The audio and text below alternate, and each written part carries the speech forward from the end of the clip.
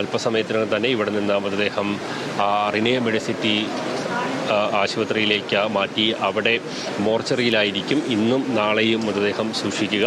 വിദേശത്തു നിന്നടക്കം അടുത്ത ബന്ധുക്കളടക്കം ഇങ്ങോട്ട് എത്തേണ്ടതുണ്ട്. അതുകൂടി കണക്കിലെടുത്താണ് സംസ്കാര ചടങ്ങുകൾ മറ്റന്നാളത്തേക്ക് നിശ്ചയിച്ചിട്ടുള്ളത്. നാളെ വൈകുന്നേരത്തോടു കൂടി മാത്രമാണ് പല ആളുകൾക്കും ഇങ്ങനെ വിദേശത്ത് നിന്ന് മടങ്ങിയെത്താൻ കഴിയുന്ന സാഹചര്യമുള്ളത്. അതെല്ലാം പരിഗണിച്ചാണ് അങ്ങനെ മറ്റന്നാളത്തേക്ക് എന്തായാലും സംസ്കാര ചടങ്ങുകൾ നിശ്ചയിച്ചിട്ടുള്ളത്.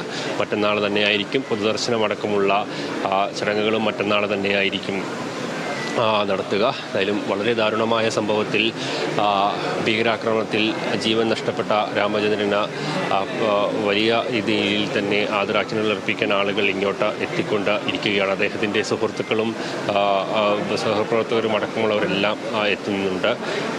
പല ആളുകളും അദ്ദേഹത്തിൻ്റെ സുഹൃത്തുക്കളടക്കം പല ആളുകളും കരഞ്ഞുകൊണ്ടാണ് അത്തരത്തിൽ ആ ഒരു അന്തിമോപചാരം അർപ്പിച്ച് ഇവിടെ നിന്ന് മടങ്ങിക്കൊണ്ട് ഇരിക്കുന്നത് എന്നുള്ളതാണ്. അദ്ദേഹത്തിൻ്റെ ഭാര്യയെ നമ്മൾ മനസ്സിലാക്കുന്നതനുസരിച്ച് ബന്ധുക്കളോട് അല്പം മുമ്പ് സംസാരിച്ചപ്പോൾ ഭാര്യയെ വളരെ വൈകിയും വിവരങ്ങൾ അറിയിച്ചിട്ടുണ്ടായിരുന്നില്ല എന്നുള്ളതാണ്. അറിയിച്ചിട്ടുണ്ടെങ്കിൽ പോലും അവസാന മണിക്കൂറുകളിൽ മാത്രമാണ് ഭാര്യയുമായി ബന്ധപ്പെട്ട അദ്ദേഹത്തിൻ്റെ മരണവാർത്ത അറിയിച്ചിട്ടുള്ളത് എന്നാണ് നമുക്ക് ഏതായാലും മനസ്സിലാക്കാൻ കഴിയുന്നത്. ഭാര്യ ആ ഒരു കശ്മീരിലേക്ക് പോയെങ്കിൽ പോലും ശാരീരികമായ ബുദ്ധിമുട്ടുകളുള്ള ഇതുകൊണ്ടാണ് ഈ ഭീകരാക്രമണം നടന്ന പ്രദേശത്തേക്ക് അദ്ദേഹത്തിൻ്റെ ഭാര്യയ്ക്ക് പോകാൻ കഴിയാതിരുന്നത്. അതുകൊണ്ട് തന്നെ പഹൽഗാം എന്ന് പറയുന്ന പ്രദേശത്തെ കുറിച്ച് നമുക്കറിയാം. അങ്ങോട്ട് വാഹനങ്ങൾക്ക് പ്രവേശനമില്ലാത്തതിനാൽ നടന്നോ കുതിരപ്പുറത്തോ ഒക്കെയാണ് ആ ഒരു പ്രദേശത്തേക്ക് പോകാൻ കഴിയുക. അതുകൊണ്ട് ശാരീരികമായ ബുദ്ധിമുട്ടുകൾക്ക് മൂലമാണ് അദ്ദേഹത്തിൻ്റെ ഭാര്യ ആ ഒരു പ്രദേശത്തേക്ക് പോകാതിരുന്നത്. അതുകൊണ്ട് തന്നെ ആ ഒരു മരണം അല്ലെങ്കിൽ കൊലപാതകം ഭീകരാക്രമണത്തിൽ അദ്ദേഹത്തിൻ്റെ ജീവൻ നഷ്ടപ്പെടുന്നത് വളരെ വൈകി മാത്രം ആണ്. ആദ്യഘട്ടത്തിൽ ഇന്ന് രാവിലെയൊന്നും അദ്ദേഹത്തിൻ്റെ ഭാര്യയെ അറിയിച്ച സാഹചര്യം ഉണ്ടായിരുന്നില്ല. അതോടൊപ്പമാണ് മകൾക്കും പേരക്കുട്ടികൾക്കും മുമ്പിൽ വെച്ചാണ് അദ്ദേഹത്തിൻ്റെ ജീവൻ ആ ഒരു ഭീകരാക്രമണത്തിൽ നഷ്ടപ്പെടുന്നത് എന്നുള്ളത്.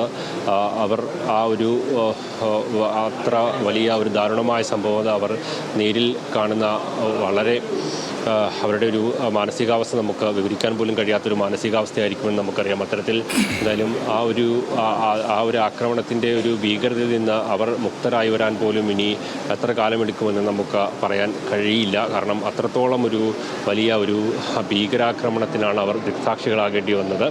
അവരുടെ ആ ഒരു അവസ്ഥയിൽ നിന്ന് അവർക്ക് എത്രയും പെട്ടെന്ന് മോചിതരാകാൻ കഴിയട്ടെ എന്ന് മാത്രമാണ് നമുക്ക് ഈ ഒരു ഘട്ടത്തിൽ പറയാൻ പോലും കഴിയുക.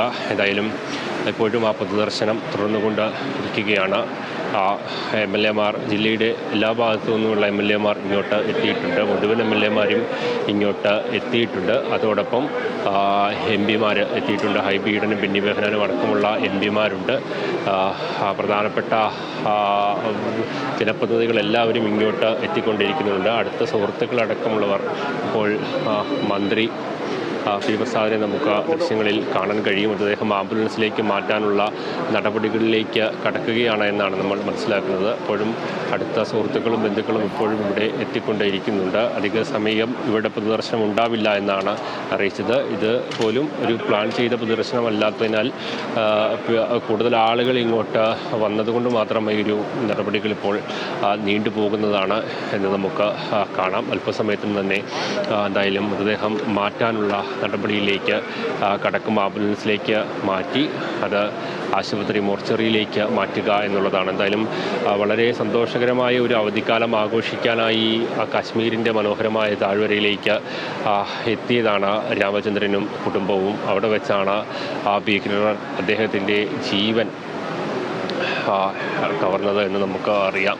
എന്തായാലും ആ ഒരു വാർത്ത വന്ന സമയത്ത് എല്ലാവരും രാജ്യം മുഴുവൻ ലോകം മുഴുവൻ ആശങ്കയിലായ നിമിഷങ്ങളായിരുന്നു ഉണ്ടായിരുന്നതെന്ന് നമുക്കറിയാം. കാരണം നമ്മുടെ നാട്ടിലെയും വിദേശത്തു നിന്നുമുള്ള ആളുകൾ പോലും അത്തരത്തിലുള്ള ഭീകരാക്രമണത്തിൻ്റെ ഇരകളാക്കപ്പെട്ടു എന്നുള്ള ഒരു ദുഃഖകരമായ ഒരു അവസ്ഥ കൂടി എന്തായാലും ഉണ്ട്.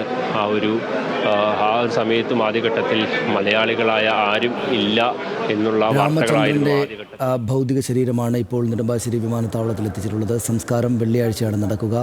തീർത്തും അപ്രതീക്ഷിതമായിട്ട് ഏറ്റവും പ്രിയപ്പെട്ട ഒരാളെ നഷ്ടപ്പെട്ടതിൻ്റെ വേദനയിലാണ് അദ്ദേഹത്തിൻ്റെ കുടുംബം. പക്ഷേ ആ വേദന ഇപ്പോൾ അദ്ദേഹത്തിൻ്റെ കുടുംബത്തിൻ്റേത് മാത്രമല്ല, കേരളത്തിൻ്റെയും ഇന്ത്യയുടേത് ആകെയുമാണ്. നമുക്ക് കാണാം അവിടെ സംസ്ഥാന സർക്കാരിൻ്റെയും രാഷ്ട്രീയ പാർട്ടികളുടെയും പ്രതിനിധികളായിട്ടുള്ള ആളുകൾ അവിടേക്ക് ഭൗതിക ശരീരം ഏറ്റുവാങ്ങാനായിട്ട് എത്തിച്ചേർന്നിട്ടുണ്ട്.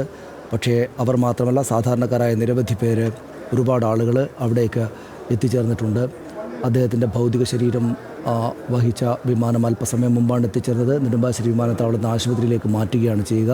അതിനുശേഷം വെള്ളിയാഴ്ചയോടെയാണ് സംസ്കാര ചടങ്ങുകൾ നടക്കുക. നമുക്ക് അറിയാം, അദ്ദേഹം കുടുംബത്തോടൊപ്പം സ്വന്തം മകളുടെയും കൊച്ചുമക്കളുടെയും കൂടെ ആണ് പഹൽഗാമിലേക്ക് ടൂറിസ്റ്റായിട്ട് എത്തിയത്. അങ്ങേയറ്റം അപ്രതീക്ഷിതമായ ഈ തീവ്രവാദികളുടെ അതിക്രൂരമായിട്ടുള്ള ആക്രമണത്തിൽ ജീവൻ നഷ്ടപ്പെട്ട നമ്മുടെ ഏറ്റവും പ്രിയപ്പെട്ടയാൾ, കേരളത്തിലെ ശ്രീ രാമചന്ദ്രൻ്റെ ഭൗതിക ശരീരമാണ് അല്പം മുമ്പ് അവിടേക്ക് എത്തിച്ചത്. കൊച്ചുമക്കളുടെയും മകളുടെയും മുന്നിൽ വെച്ചാണ് അദ്ദേഹത്തിൻ്റെ ഈ ദയനീയമായിട്ടുള്ള മരണം, അങ്ങേയറ്റം ദുഃഖകരമായിട്ടുള്ള ഈ നിഷ്ഠൂരമായ സംഭവം നടന്നത് എന്നത് എല്ലാവരെയും ഭയപ്പെടുത്തുകയും പേടിപ്പിക്കുകയും ചെയ്യുന്ന കാര്യമാണ്. ഈ ഭീകരവാദത്തോട്, തീവ്രവാദത്തോട് അങ്ങേയറ്റം വലിയ രോഷമുയരാൻ കാരണമായ സംഭവമാണ്. മറ്റൊരു സംഭവം കൂടിയാണ്.